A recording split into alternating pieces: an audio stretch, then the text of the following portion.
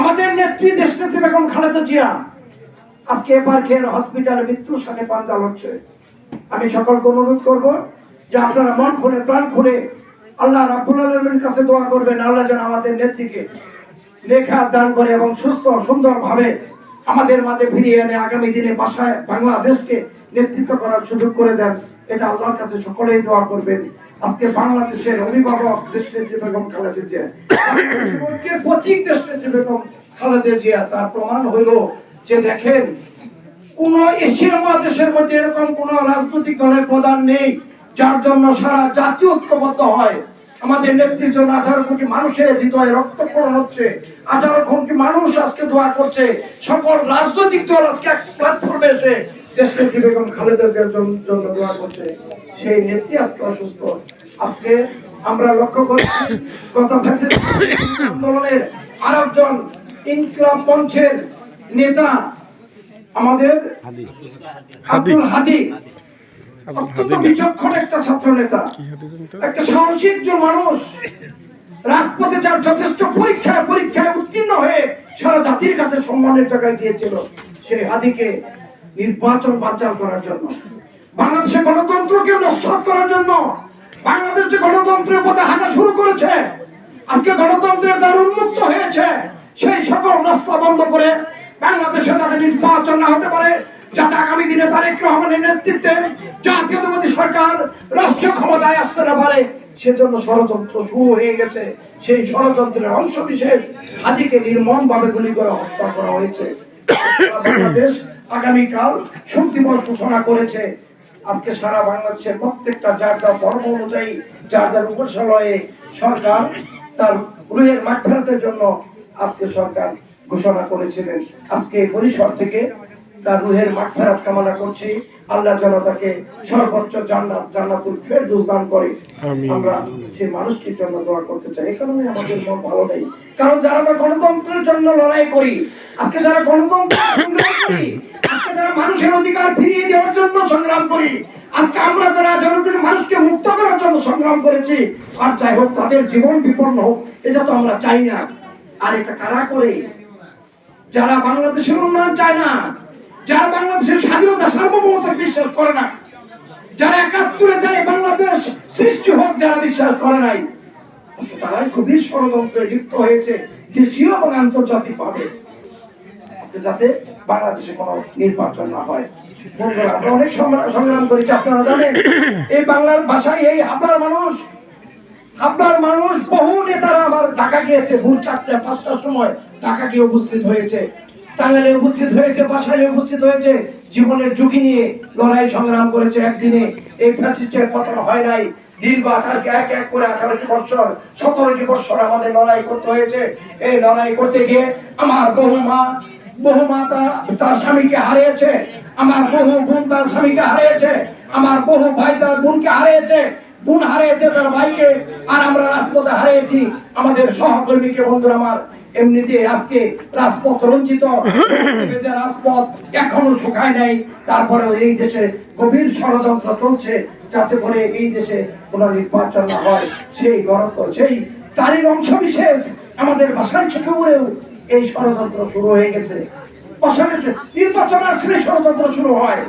নির্বাচন আসলে দেখি ভাষায় যাতে উন্নয়ন না হয়, ভাষার যাতে সমৃদ্ধশালী না হয়, ভাষার যাতে আধুনিক ভাষায় রূপান্তরিত না হয়, আমার ভাষার কোন মায়ের সন্তান যাতে জাতীয় সংসদে না যেতে পারে, তার জন্য গভীর ষড়যন্ত্র শুরু করে দেয়। আমরা অতীতেও দেখেছি, এখনো গভীর ষড়যন্ত্রে লিপ্ত হয়েছে। আপনাদেরকে লক্ষ্য রাখতে হবে, আমাদের মধ্যে যদি অনৈক্য থাকে, আমাদের মধ্যে যদি ঐক্যের অভাব থাকে, ষড়যন্ত্রকারীরা সুবিধা নেবে, ষড়যন্ত্রকারীরা আমাদের মাঝে ঢুকে পড়বে। আর আপনারা ঐক্যবদ্ধ হয়ে যারা ভাষাকে নিয়ে ষড়যন্ত্র করছে, যারা আহমেদ আজম খানি ষড়যন্ত্র করছে, যারা ভাষায়ের উন্নয়নকে বাধাগ্রস্ত করতে চায়, যারা ভাষায় বিজয়ের পথে বাধা হয়ে দাঁড়াতে চায়, ঐক্যবদ্ধ ভাবে প্রত্যেক সমাজে, প্রত্যেক গ্রামে, প্রত্যেক মহল্লায় তাদেরকে অবরোধ করতে হবে। তারা যাতে ঘরের বাইরে না হতে পারে, আপনারা অবরোধ করতে হবে। আমি বিশ্বাস করি আমাদের তাদের শেষে বিজয় হবে। বন্ধুরা আমার, তাই আমি বলবো, বক্তৃতা লম্বা চড়া করতে চাই না, আমাদের অনেকগুলো প্রোগ্রাম আছে, আপনারা ক্লান্ত, আমি বলতে চাই বন্ধুরা, দেখেন যারা মুরব্বী আছেন, রাজু ভাই ভালো জানে, আমরা যদি আজকে ব্যর্থ হয়ে যাই, আহমেদ আজম খান যদি আজকে ব্যর্থ হয়ে যায়, বাসাইল ব্যর্থ হয়ে যাবে। আহমেদ আজম খানের বিজয় যদি ব্যর্থ হয়ে যায়, হামলাবাসী ব্যর্থ হয়ে যাবে, বাসাইলের উন্নয়ন বাধাগ্রস্ত হবে। ৫ বছর কেঁদেছি, আহমেদ আজম খান যদি ব্যর্থ হয়ে ঢাকাতে ফিরে যায়, তাহলে আমাদের ১০০ বছরে আহমেদ আজম এরকম একজন সোনার মানুষ, এরকম একজন যোগ্য মানুষ, এরকম একজন দেশপ্রেমিক মানুষ, বাসাইলকে ভালোবাসার মানুষ পাবো কিনা সেটাও সন্দেহ থেকে যাবে। কারণ আহমেদ আজম ব্যর্থ হলে কেউ মানসিক ভাবে প্রস্তুত হবে না। তারাও ভাববে আহমেদ আজম খানের মতোই হয়তো ব্যর্থ হয়ে আমাদের ঘরে ফিরে যেতে হবে। তাই যদি আজকে আহমেদ আজম খানকে আমরা বিজয় করতে পারি, আমার আরেকটি ভাই, আরেকটি ভাইয়ের সন্তান, আরেকটি বন্ধু, সে বুকে পোষণ করবে, আশা পোষণ করবে, নিজেকে প্রস্তুত করবে আগামী দিনে বাসাইলের নেতৃত্ব করার জন্য। তাই এক আজমের বিজয়ের মধ্য দিয়ে আমাদের শত শত আজমের সৃষ্টি হবে আমরা বিশ্বাস করি। তাই আমাদেরকে আরো সচেতন হতে হবে। মিছিল করলেই হবে না বন্ধুরা আমার, মিটিং করলে হবে না, প্রত্যেকটা ঘরে ঘরে যেতে হবে, প্রত্যেকটা মানুষের কাছে যেতে হবে, প্রত্যেকের কাছে বিনয়ের সাথে আহ্বান করতে হবে। যারা মামুন আছে আপনারা লক্ষ্য করবেন, ভোটের কেন্দ্রের দিন দেখবেন, ভোটের দিন মহিলা ভোটারের সংখ্যা বেশি, তাদের ভোট পড়বেও বেশি। তাই তাদের কাছে আমাদের যেতে হবে, তাদেরকে বোঝাতে হবে, তাদেরকে বলতে হবে যে আমরা স্বাধীনতার ৫৪ বছর অতিক্রম হয়েছে, আমাদের কোনো বন্ধু, আমাদের কোনো আপনজন, আমাদের কোনো মায়ের সন্তান জাতীয় সংসদে এমপি হয়ে যেতে পারেনি বলেই আজকে বাসাইল রুগ্ন বাসাইলে পরিণত হয়েছে, আজকে বাসাইল অন্ধকার বাসাইলে পরিণত হয়েছে। আজকে আমার বাসাইলের কোনো সন্তান ভালো জায়গায় গিয়ে কোন অবস্থান করতে পারেনি। বাসাইলে বেকারত্ব বেড়ে গেছে, যুবকদের মাঝে বেকারত্ব বেড়ে গেছে, বেকারত্ব বেড়েছে বলেই আজকে সন্ত্রাস, রাহাজানি এবং নেশাগ্রস্ত সমাজে পরিণত হয়েছে বন্ধুরা আমার। আর যদি আজম খানকে এমপি বানাতে পারি, তাহলে বাসাইলে যেমন সুন্দর হবে, বাসাইলের মানুষও সুন্দর হবে, বাসাইল রুগ্ন বাসায় থাকবে না। আমার ছাত্র ভাই যারা শিক্ষিত যুবক যারা, তাদেরও চাকরির সুব্যবস্থা হবে। যারা যুবক ভাইয়েরা আছেন স্বল্প সুদে ঋণ করে ক্ষুদ্র ক্ষুদ্র শিল্প কারখানা করার জন্য সুযোগ করে দেওয়া হবে। এটা আমার মা বোনদেরকে বোঝাতে হবে। আমি বিশ্বাস করি আমার মায়েদের যদি আমরা বোঝাতে পারি, তাদের ভোট নেওয়া খুব কঠিন হবে না। আর যদি তাদের ভোট নিতে পারি, আমাদের বিজয় নিশ্চিত হবে বন্ধুরা আমার। আমি কথা বাড়াতে চাই না, সর্বশেষ আপনাদেরকে বলতে চাই, আসুন আগামী নির্বাচনে ঐক্যবদ্ধ হয়ে, আমি আবারও বলি, ঐক্যের কোনো বিকল্প নেই, আমাদের ঐক্যের কোনো বিকল্প নেই। আর যারা খুব একটি কথা মনে রাখবেন, যে ঘরে মাল থাকে সেই ঘরেই কিন্তু চুরি হয়। আমরা বড় দল, আমাদের মধ্যে কিন্তু অহংকার সৃষ্টি হয়ে গেছে। হাজার হাজার নেতা কর্মী, আমরা মনে করি আমাদের পরিশ্রমের কোনো প্রয়োজন নেই, ভোটারদের কাছে যাওয়ার কোনো প্রয়োজন নেই, আমরা এমনি জিতবো। না বন্ধুরা, না বন্ধুরা, তা নয়। যে ঘরে মাল থাকে ওই ঘরে চুরি হয়। আমাদের ঘরে যদি মনে করেন যে ঘর খুলে দিবেন, সেই ঘরটি খুলে দিবেন, দরজা খুলে দিয়ে আপনারা ঘুমিয়ে থাকবেন, তাহলে ঘরের সব মাল লুট হয়ে যাবে।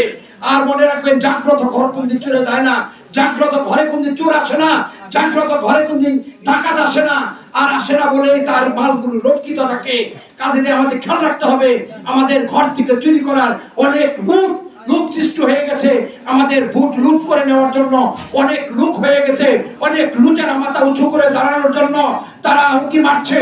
তাদেরকে প্রতিহত করতে হবে, তাদেরকে চিহ্নিত করতে হবে, যাতে করে ওই কালিহাতির মানুষ এসে আমার বাসাইলের সোনার মানুষদেরকে কোনোভাবে বিভ্রান্ত করে আমাদের কাছ থেকে ভোট না নিয়ে তারা সখীপুরে অবস্থান করতে পারে। সখীপুরে যে অবস্থান করে সেটা নানির বাড়ি, এটা আপনাদের জানা দরকার। সে কিন্তু সখীপুরের কোনো মানুষ না, সে হলো কালিহাতির মানুষ। কালিহাতির মানুষ সখীপুরের নানির বাড়ি থেকে বাসাইল সখীপুরে সে এমপি হতে চায়। তাহলে বন্ধুরা, কেন আমরা যুগ যুগ ধরে রাজনীতি করি? রাজু ভাই বলছে ৪০ বছর হয়ে গেছে আজম সাহেবের বয়স। আর আজম সাহেব বলে যে আজম সাহেব ছাত্র রাজনীতি করে ৭১-এর আগে থেকেই, তাই না? ৭১-এর আগে থেকেই। তাহলে যদি বলি আজম সাহেবের রাজনীতির বয়স ৫৫-এর উপরে, প্রায় ৬০-এর কাছাকাছি। যে মানুষটি একটি স্বপ্ন লালন করেছে, একটি স্বপ্ন বুকে ধারণ করেছে, সেটা হলো আমি বাসাইলে জন্ম হয়েছি, আমার বাসাইলের মানুষের বয়ে এত বড় হয়েছি, আমার বাসাইলের আলো বাতাসে আমি এত বড় হয়েছি, আমি যদি একটিবার বাসায় ঝুঁকপুরের মানুষের মুখে হাসি মুটাতে না পারি, আমি যদি আমার বাসালের মানুষকে ভালোবাসতে না পারি, আমি যদি আমার বাসালের মানুষকে উন্নয়ন না দিতে পারি, আমি যদি আমার যুব সমাজের জন্য কর্মসংস্থান না করতে পারি, আমি যদি আমার বেকার ছাত্র সমাজদের জন্য চাকরির ব্যবস্থা না করতে পারি, তাহলে কি লাভ আমার এত বড় বড় বড় হয়ে? তাহলে এত বড় মানুষ, সারা দুনিয়ার মানুষ আমাকে মানে, সেই কি লাভ আমি এই জন্মগ্রহণ করে? তাই তো একটিবার আহমেদ আজম খান এই ঋণ পরিশোধের জন্য হলেও এমপি হতে চান, জাতীয় সংসদে গিয়ে বাসালের উন্নয়ন করতে চান। বাসালের উন্নয়নের ঐক্যের প্রতীক এই হাবলা ইউনিয়ন হবে। এই হাবলা ইউনিয়ন থেকে ঐক্যবদ্ধভাবে 12 তারিখে বিজয়ের মিছিল নিয়ে বাসালের মাটিতে প্রথম হাবলা ইউনিয়ন পদার্পণ করবেন। এই কথা বলে আপনাদের সকলের দীর্ঘায়ু কল্যাণ কামনা করে আমি আমার কথা এখানে শেষ করছি। খোদা হাফেজ। বাংলাদেশ জিন্দাবাদ। আমার হাবলার বীর জনতা জিন্দাবাদ, জিন্দাবাদ। ধন্যবাদ। আসসালামু আলাইকুম।